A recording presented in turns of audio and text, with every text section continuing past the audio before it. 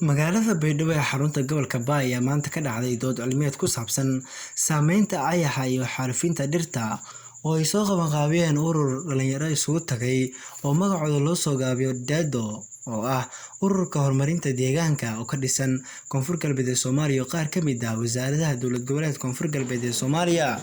Munaasabadda dood wadaagga intii ay socotay waxaa bulshada ka soo qayb galay kaga hadleen ahmiyadda ka hadalka ay u leedahay bulshada in laga wacyigeliyo ayaxa saameyntiisa iyo xaalufinta dhirta uu ku hayo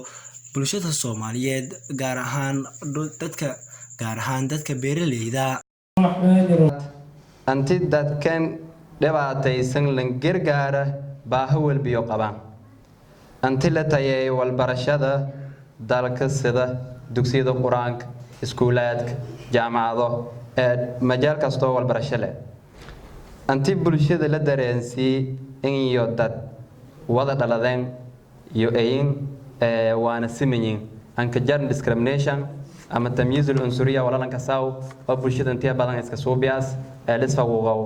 bulshada la dareensii iyo simanyin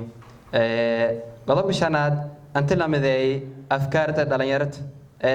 Soomaaliyeed khaasatan reer Koonfur Galbeed oo jeel anti oonay gududaan waajibaadyo oo ku saaran deegaanka iyo dadka kiisho seelan hela deegaan iyo dad horumarsan anti la sameey habab oo badan oo fududeeyo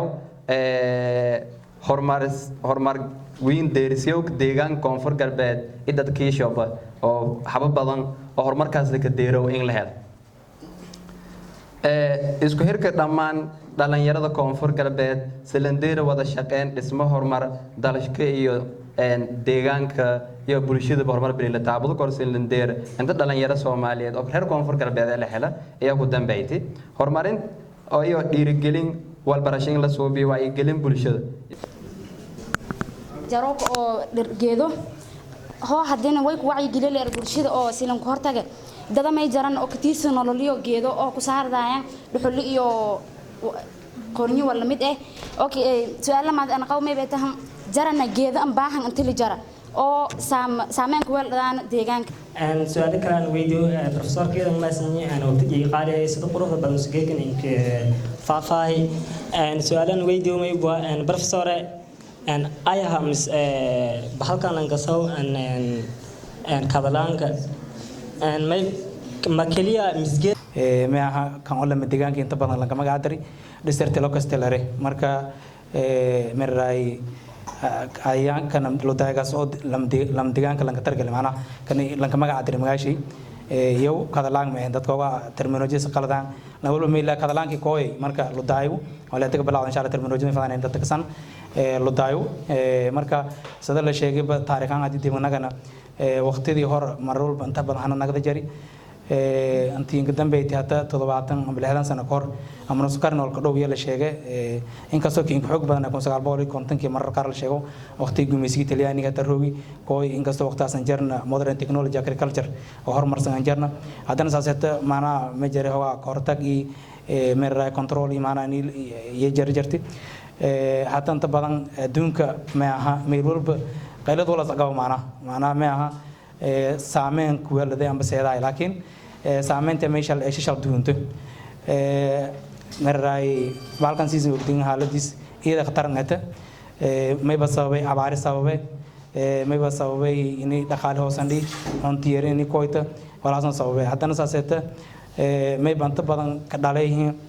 meelaha baddaas heeboshe iyo aan badan marka dawladaha anta badan saameeyo iyo kamida Soomaaliya bariga Afrika ka tirsan meelo sida Suudaan iyo Morocco iyo Djibouti Ethiopia Kenya wadamadaas oo bariga Afrika inta badan saameeyeen iyo kale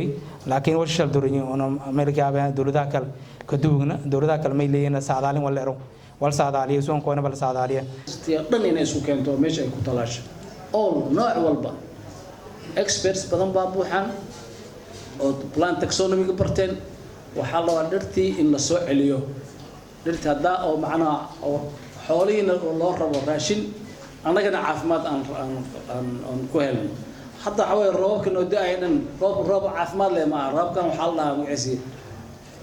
acid rain hada u fiirsid guryaha korkood markaa roobka oo qalalo waxaa arkaysaa cambaar ma allah tiniga waxaa ku soo baxaya waa cadcad camal ku soo baxaya what about jirkaaga ku gaaro roobkaasiti roob oo macnaha roobkii arki jirnay ma aha climate change-ganiti oo dhibaatada hadda iyo dhirtii la jaray waxaa arkaysaa acid rain meel walba ka da'aya dhirtaaniti waxaa loo baahan yahay in la badbaadiyo in la soo celiyo arboreum in la helo kaalintii waxaa laga rabaa wasaaradda inay horta soo noqoto ayada inay wax samayso dadka ku dayanaya markaas laakiin aniga haddaan isdaana maanta waxaan u baahannahay 2 milyan oo dhir aan rabnay inaan aan talaalno awoodiisa ma hayna aniga waxaan awoodiisa in u haynin macnaha horta qofka ma samayn karaa waay maalin biyo ma ku shubi kartaa maalin biyo ma heli kartid waxaa la rabaa in wax la dhowr wax oo talaalan oo sana jir in lagu soo siiyo aad gurigaada markaas ku talaal ama lagu talaalo meeshii markaa dhulkii laga xaalufiyey hadda hargeysa dhulkii dhan waa isku banaan yahay dhibaatada ugu weyn waxa xoolihii waxaan ma aday shirka sheegay waxa uu dhahay xoolihii wanaga guur waa la waayay xoolaha dagaal wax ma ka cararan xoolaha waxay ay u guuraan cuntadooda markii waayaan waxay cunaan malaha maroodii ka soo qow Cabdullaahi Maxamed Cabdullaahi Fani